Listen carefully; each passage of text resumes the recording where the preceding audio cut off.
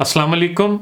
Karl Marx ने कहा था कि अगर तमाम सरमायादारों को फांसी पर लटकाने का हुक्म जारी हो तो भी उनमें से एक सरमायादार रस्सियां बेचने का कारोबार शुरू कर देगा कि मौत तो जब आएगी सो आएगी, तब तक क्यों ना पैसे कमा लिए जाएं। जाहिद बशीर सुहाज साहब ने लिखा है कि मरी जैसे वाकयात पर हम और आप बहस करने के लिए ही रह गए हैं।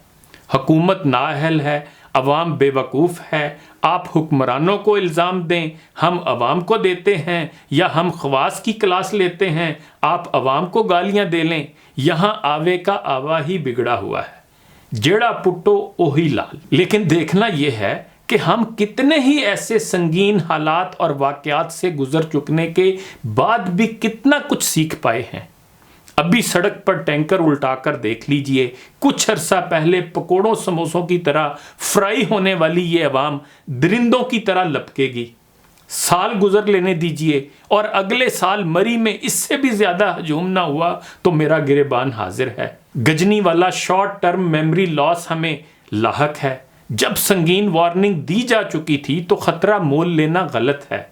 कोरोना के दौरान हम और आप जैसे ही कभी किसी सरकारी अफसर का फ़ोन करवाकर ख़तरा मोल लेते थे और कभी किसी तगड़े का टैग लगवाकर, और मरी जाने के लिए तो 500 का नोट प्राइम मिनिस्टर से भी तगड़ी सिफारिश रही होगी। मकामी माफिया और सरमायादार भी अपने कारोबार की खातिर इंतज़ामिया को खुश कर देते हैं। इस मुल्क का कोई ऐसा शख्स बता दें जो ये ना जानता हो कि हमारे हुक्मरान और अदारे नाअहल हैं।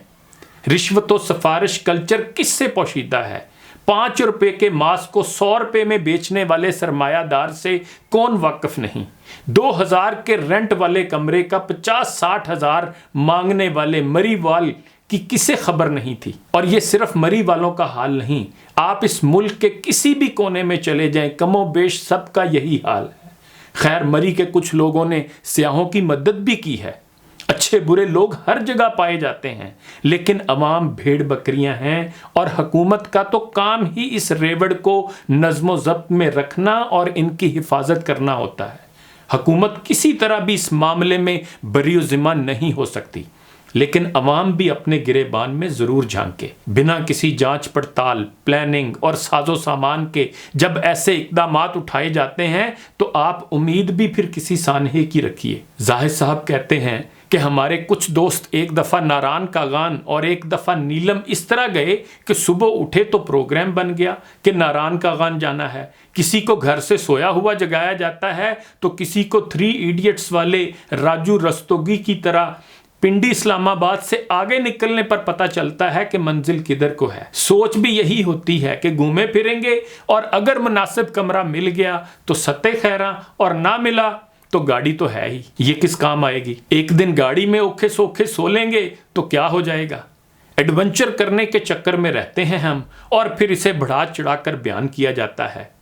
हीटर चलाकर शीशे थोड़े नीचे या एग्जॉस्ट चलाकर सोना, ये कार्बन मोनोऑक्साइड, ऑक्सीजन की कमी, मेरी जान ये कौम क्या जाने और समझे इन फजूल बातों को।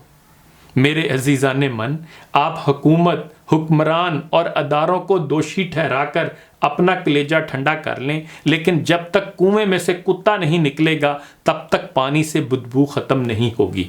इस कौम को एजुकेट करने की ज़रूरत है। इस हजूम को कारवां बनाने का सोचिए और सबसे पहले खुद को एजुकेट कीजिए। आज के रोज़नामा 92 में इरशाद महमूद साहब ने लिखा है कि इंतज़ामिया की नाअहली और इस्तेदाद में कमी का पूरा मुल्क रोना रो रहा है और दुरुस्त कर रहा है, लेकिन कुछ गौर हमें अपने समाजी रवैयों और अदाओं पर भी करना चाहिए। इंतज़ामिया की जारी करदा हदायत पर अमल दरामद के लिए हम अमूमी तौर पर रजामंद नहीं होते।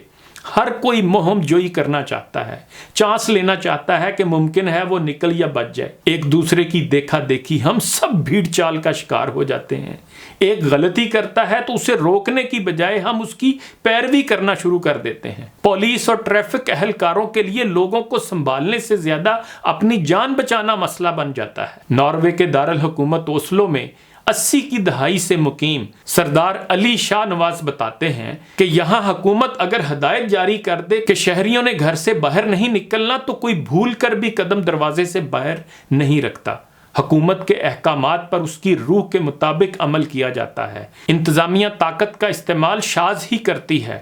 شہری رضاکارانہ طور پر نظم و ضبط کا مظاہرہ کرتے ہیں، اور تو اور عرب ممالک میں بھی شہری انتظامیہ کی ہدایات کو نظر انداز کرنے کا تصور بھی نہیں کر سکتے۔ وسطی ایشیائی ریاستیں جہاں دہائیوں تک سابق سوویت یونین کا سرخ جھنڈا لہراتا رہا، وہاں کے لوگوں میں بھی مہذب معاشرے کی تمام صفات پائی جاتی ہیں۔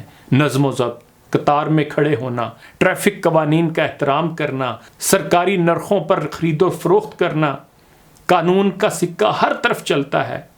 اس گفتگو کا مرکزی نقطہ یہ ہے کہ ہمیں ایک دوسرے کو ایجوکیٹ کرنے کی بھی ضرورت ہے کہ سرکار کے ساتھ سیاسی اختلافات اپنی جگہ، لیکن ریاستی قوانین کی اطاعت اس کی روح کے مطابق کی جانی چاہیے۔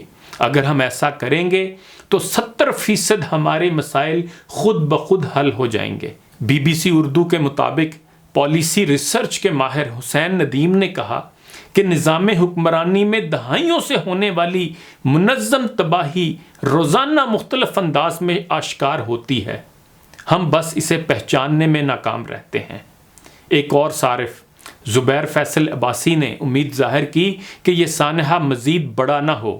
انہوں نے کہا کہ سیاحت کی ترقی صرف دل فریب مناظر ٹویٹ کرنے سے کہیں بڑھ کر ہے، جس میں حفاظت، تحفظ، خدمات، بنیادی ڈھانچہ، آفات سے نمٹنے کی حکمت عملی اور بہت کچھ شامل ہے۔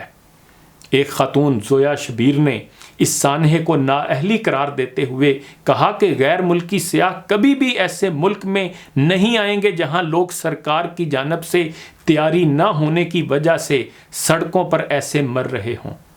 برف باری تو ہر سال ہوگی، یہ قدرت کا نظام ہے، لیکن لوگ سوال کر رہے ہیں کہ زمین پر موجود مشینری اور ادارے بر وقت حرکت کرنے میں آخر اتنی دیر کیوں کر دیتے ہیں کہ ہمیں ہمیشہ ہر علاقے کے نام کے ساتھ لفظ سانحہ لکھنا پڑ جاتا ہے۔